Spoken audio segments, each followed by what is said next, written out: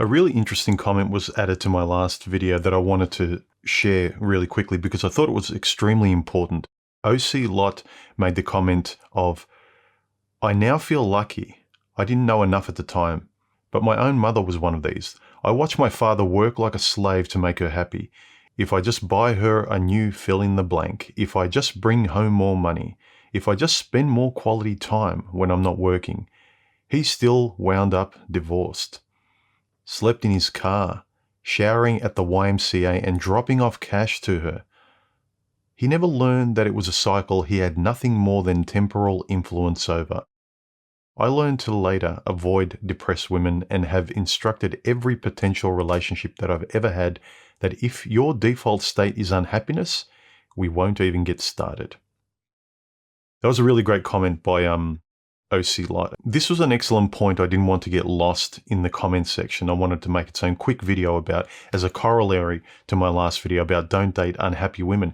It's not just unhappy women. People think that, oh, well, if I see the big signs of a woman that's grumpy, mad, angry, but sometimes it's really the only way she's content and you feel good around her is when you make her feel special. This is what I mean, gentlemen.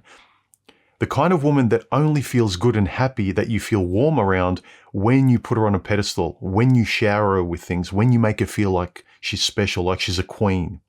There's not that equal back and forth of a friendship. There's not that reciprocal warmth. It's a one-way street where you're always throwing things toward her. You're always shoveling things into an empty hole. These women will drain you and suck the life out of you, gentlemen. Because a relationship that's a one-way street with a dissatisfied person like this is not worth having.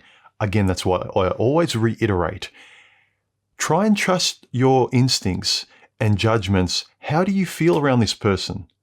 Even if you don't want to get analytical, do you constantly feel good around this person? Or do you feel good driving home? Do you need time away from them? That's as good as a simple barometer as you need, guys. It's why it's important that I say ask her questions. Even when you're joking around, find out about her family, her relationship to her brothers, sisters, siblings, what it was like growing up, how she saw her mother and father, what she thinks is a healthy relationship, how men and women should treat each other. That's a very good indication when you're having fun during this dating process and everything's fun and good. Pay attention to those little signs. I remember one of my previous relationships. She was very fiery, exciting. You can imagine the type, the hot mess. And I remember asking about her family, and her father had passed away a while ago. And she always talked fondly of him. And I thought, oh, that's good. And this is the thing to keep in mind. Just because she talks well of her father, find out how she saw her father and how she saw the relationship. Because my initial thoughts were, oh, great. She thinks well of men. She respects her father. She loves and misses her father. She doesn't say a bad word about him. It turned out that her father was a workhorse, just like OC Lot was describing. Could never make his wife happy. I met her mother. She seemed like a nice enough person, but she seemed very stern. And what my ex at that years ago described was that my father knew how to make my mother happy. She's hard work, but she's worth it. Every time she was upset or they got into an argument, all my father needed to do was buy her a bracelet or take her on a holiday or take her out to dinner, and everything was fine. My father knew how to treat a woman. My father knew how to make a woman happy. My mother loved my father. Oh, really? Well, so like I said, that ex was a hot mess, so I knew it wasn't going to last very long. But that was all I need to put the nail in the coffin, to sort of tie a bow around, this is ending very soon. This is not going anywhere. This is not going past dating. So pay attention, gentlemen. It's not just that she's overtly grumpy, angry, calls you names, and throws mud at you. It's that she's always discontent. It's that you only feel good around her when you make her feel special, when you put her on a pedestal. It's always her. You're a thing in this one-way street that you fill in the relationship with stuff. You fill in the good stuff and she receives the good stuff. So it's not just that she's angry or bitter or unhappy. It's that you can only feel good with her when you make her feel special and fantastic and like she's better than everyone else and like she's some sort of prize. So pay attention to this, gentlemen. I thought it was a very important point to think about. It's not that she's overtly unhappy or bitter or angry. It's that you don't enjoy yourself in the relationship unless she's on a pedestal, unless she's made to feel special. And you're inconsequential. You're just the thing that makes her feel special. And look, there's the cliche that all you need to do to make a girl like you is make her feel special in your presence.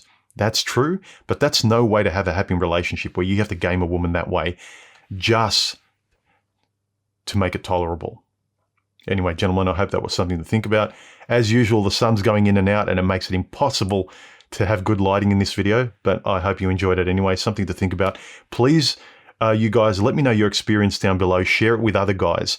Not just unhappy women, but what women have you been with where you've either experienced no matter how much you give, it's never enough, or when you've asked them questions, you found out through their relationships with their parents, their siblings, their own friends, how much they demand to stay happy, to put a smile on their face. And is this the kind of person you want to be with? So let me know your experience and comments in the comments section. Share it with other guys so they can avoid these mistakes. Because some of us are lucky enough that we didn't have permanent mistakes that we have to live with now. We got out and we saw those things.